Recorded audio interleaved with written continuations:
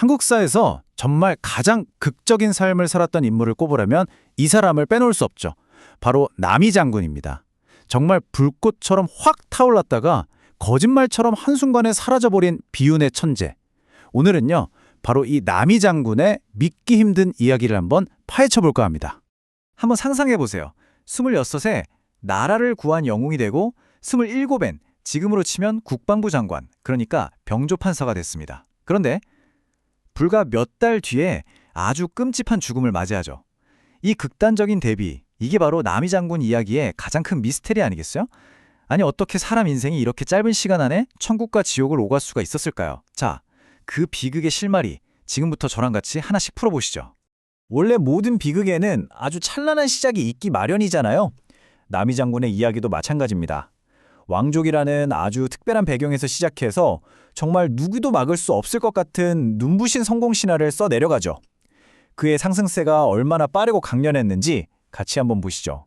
남이 장군은 1441년생인데 태어날 때부터 그야말로 다이아몬드 수저였습니다. 조선 3대 임금인 태종이 증조 할아버지였고요. 당시 최고 권력자였던 영의정 권람의 사위이기도 했죠. 그런데 진짜 흥미로운 건 이렇게 편한 길이 보장되어 있었는데도 험난한 무관의 길을 스스로 선택했다는 점이에요. 시작부터 뭔가 보통 인물은 아니었구나 하는 게 느껴지시죠? 그리고 그의 선택은 완벽하게 들어맞았습니다. 출세 속도가 그야말로 혜성 같았거든요. 만 16세에 무과에 급제했는데 이건 당시로서는 거의 상상도 못할 일이었습니다. 그리고 불과 10년 뒤 만 27세에는 국방부 장관 격인 병조판서 자리에 오릅니다. 이 모든 파격적인 승진 뒤에는 그를 절대적으로 신뢰했던 세조 임금이 있었습니다. 아니, 그러면 이 젊은 장군이 도대체 뭘 했길래 이렇게까지 높은 자리에 오를 수 있었을까요? 그 명성과 권력의 기반, 그건 바로 전쟁터에서 세운 압도적인 공적이었습니다. 자, 그럼 이제 그의 무대였던 전쟁포로 한번 가보겠습니다. 그의 군 경력을 이야기할 때 절대 빼놓을 수 없는 두 개의 큰 전쟁이 있습니다.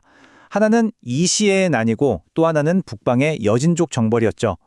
특히 이시의 난은 세조의 중앙집권 정책에 반발해서 일어난 큰 반란이었는데 이게 조선 조정을 아주 큰 위기에 빠뜨렸습니다. 몸에 화살 4대께를 맞았으나 안색이 태연하였다.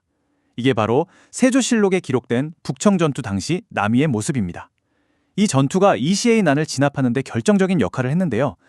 그는 말 그대로 죽음을 두려워하지 않는 용맹함으로 전장을 휩쓸어 버렸습니다.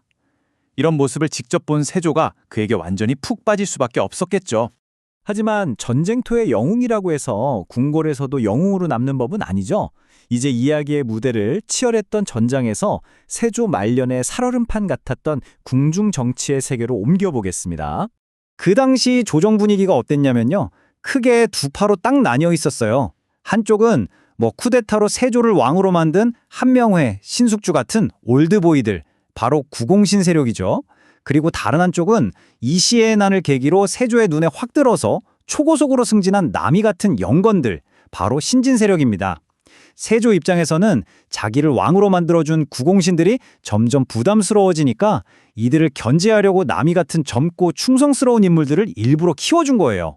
그러니 기존 권력자들이 보기에 남이는 얼마나 눈엣 가시였겠어요. 엄청난 위협이자 질투의 대상이 될 수밖에 없었던 거죠. 그리고 마침내 만 27세의 나이로 병조판서에 임명된 그 순간 남이는 권력의 최정점에 오르게 됩니다. 이건 조선 역사를 통틀어 전례가 없는 일이었어요.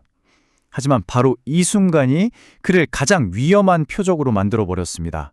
그의 성공이 너무나 눈부셨기 때문이죠. 그를 아꼈던 세조마저도 남이의 넘치는 야망을 좀 경계했던 것 같아요.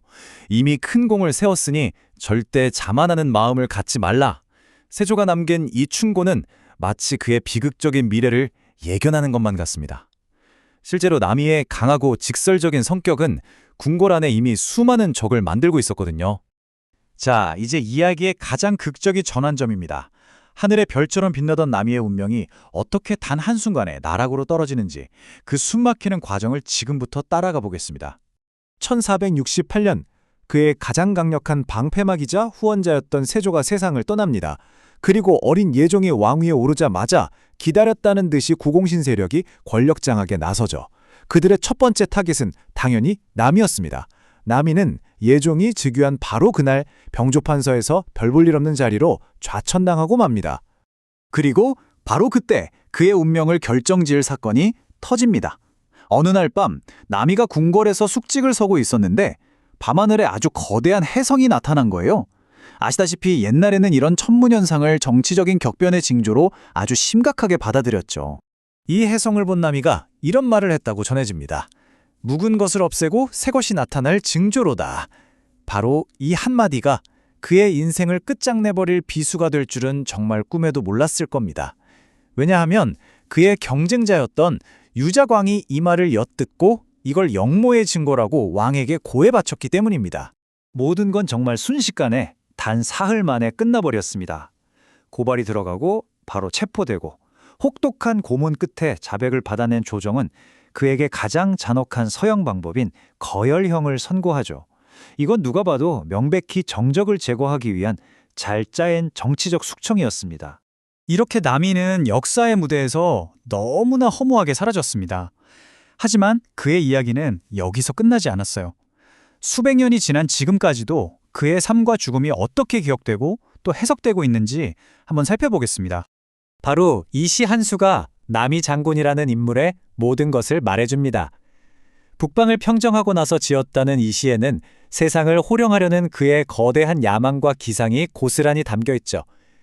이 엄청난 기계가 그를 영웅으로 만들었지만 어쩌면 동시에 그를 죽음으로 몰고 간 원인이 되었을지도 모릅니다. 자, 그렇다면 가장 중요한 질문이 남습니다. 과연 그는 정말 역모를 꾀했을까요? 대부분의 후대 기록들은 그가 억울한 누명을 썼다고 이야기합니다. 결국 350년이라는 긴 세월이 흐른 뒤에야 그의 명예는 공식적으로 회복되었고요. 억울하게 죽은 이 젊은 장군의 영혼은 민간 신앙에서 신으로까지 추앙받게 됩니다. 손에 잡힐 듯 가까워 보였던 권력, 그리고 그 권력을 향해 결코 멈출 수 없었던 야망. 어쩌면 바로 그 야망이야말로 남이를 영웅으로 그리고 동시에 비극의 주인공으로 만든 게 아니었을까요? 그래서 우리는 결국 이 질문 앞에 서게 됩니다. 남이 장군은 구시대 정치인들의 음모에 희생된 비운의 영웅일까요? 아니면 스스로의 거대한 야망을 제어하지 못해서 파멸한 천재였을까요? 그 판단은 역사를 들여다보는 바로 우리들의 몫으로 남았습니다.